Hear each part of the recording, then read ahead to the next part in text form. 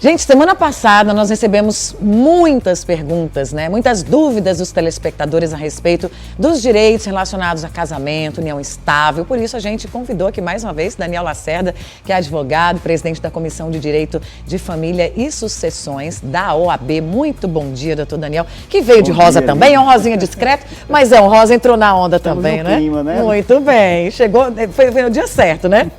Meu querido, foi tanta pergunta que a gente fez, não, vamos já chamar o doutor Daniel, tirar ele lá um pouquinho da UAB, voltar para cá, para a gente tirar dúvidas dessas pessoas sobre temas, né, que são totalmente aí atuais e cada vez mais recorrentes. O senhor tinha me dito agora há pouco que lá chegam muitas questões, muita gente procurando informação, né, principalmente a respeito da questão de alienação parental, né, por causa das separações, a questão mesmo da guarda compartilhada, ou seja, na casa da mãe é de um jeito, vai para a casa do pai é completamente diferente. Isso é o que mais tem chamado a atenção de vocês nesse momento?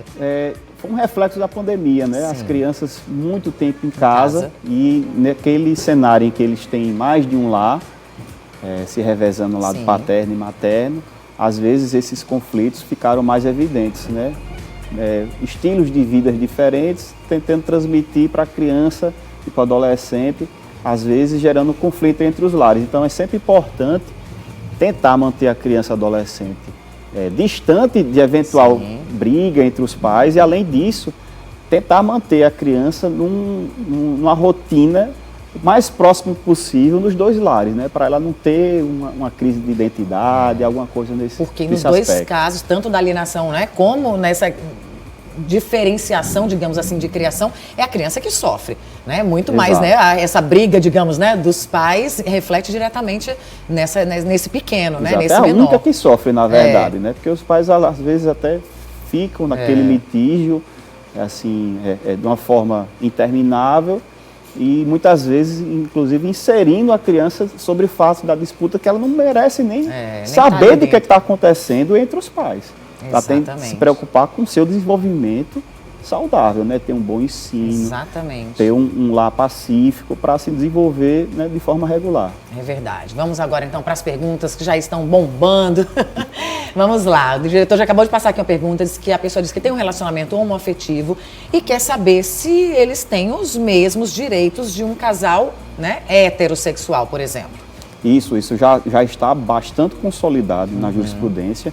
A lei, ela não reconhecia, mas os tribunais passaram a adotar entendimentos e o Supremo Tribunal Federal chancelou a união homoafetiva. Ela tem os mesmos direitos, assim como o casamento também para a união estável, né, para os dois aspectos. Ela é reconhecida como entidade familiar, independente se for uma relação homoafetiva ou não. Tendo aqueles pilares, obedecendo, né? Isso, os requisitos são os mesmos, né?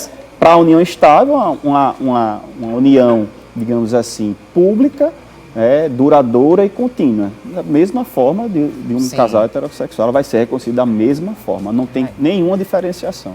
Todos os direitos são garantidos. Respondido, então. Vamos para a próxima, diretor. Pode passar.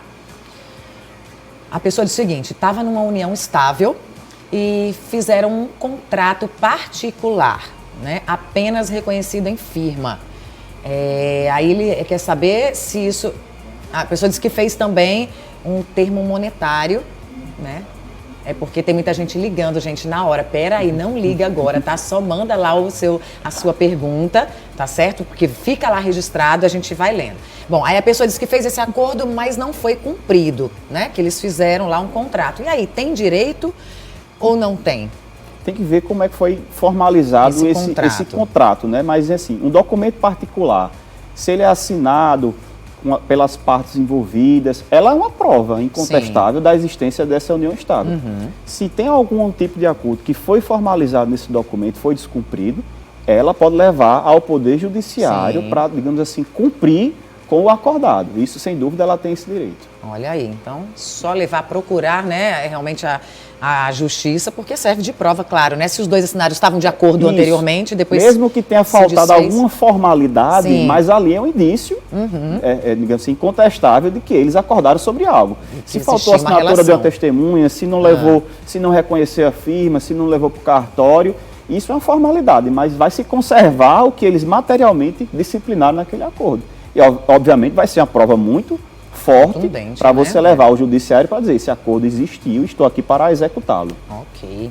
Vamos lá para a próxima. A pessoa diz o seguinte: vivo com meu marido há 29 anos, uma união estável, tem 3 filhos, né? Eles têm que já são maiores de idade, e ela quer saber se ele morrer, eu tenho direito à pensão? Pergunta ela. Ela é casada? Uma união estável, Sim. Uma união estável com uma pessoa há 29 anos, Sim. com o marido, e tem 3 filhos com ele, todos de maior de idade. Sim, ela vai ter, com certeza, o direito né? se ele, por exemplo, for vinculado a algum órgão público ou INSS, alguma aposentadoria, ela vai ser reconhecida como pensionista. Mas é bom que, além dessa relação que já está consolidada de fato, tenha documentos para comprovar. Quer dizer, assim, um comprovante de endereço em comum, se tiver uma escritura em cartório, é o melhor dos cenários, mas se não tiver, vai partir para outros elementos de prova, né? Então vai se exigir conta conjunta, se tem ou não, um comprovante de endereço, publicações em redes sociais também, fotografias de eventos, os próprios 3 filhos, né, em comum. Se não tiver nada escrito, ela vai ter que juntar essas provas para provar a condição Por isso que é importante talvez já fazer, né? Passou a morar junto. Porque se tem a condição e é reconhecido no documento, fica bem mais fácil para ela se habilitar como uma pensionista. Sim. Ao invés de ela provar que né, ela simplesmente já prova que e só vai se pedir habilitação como pensionista. Ok. Mais perguntas então, vamos lá. A pessoa diz o seguinte: tem 3 filhos.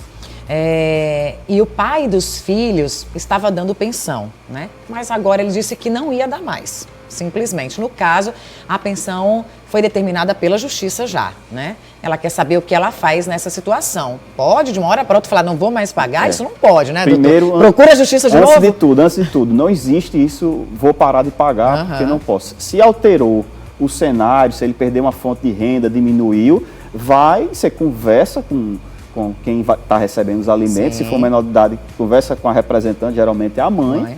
Para fazer um acordo. Eu disse: olha, eu estou recebendo menos, então eu não tenho... pagar menos só enquanto vou pagar menos um pouquinho enquanto me recupero, mas parar de pagar, não. Ele sobrevive de alguma forma. Sim. Dentro daquilo, do que ele consegue sobreviver, ele tem que separar um percentual para cumprir com a obrigação dele.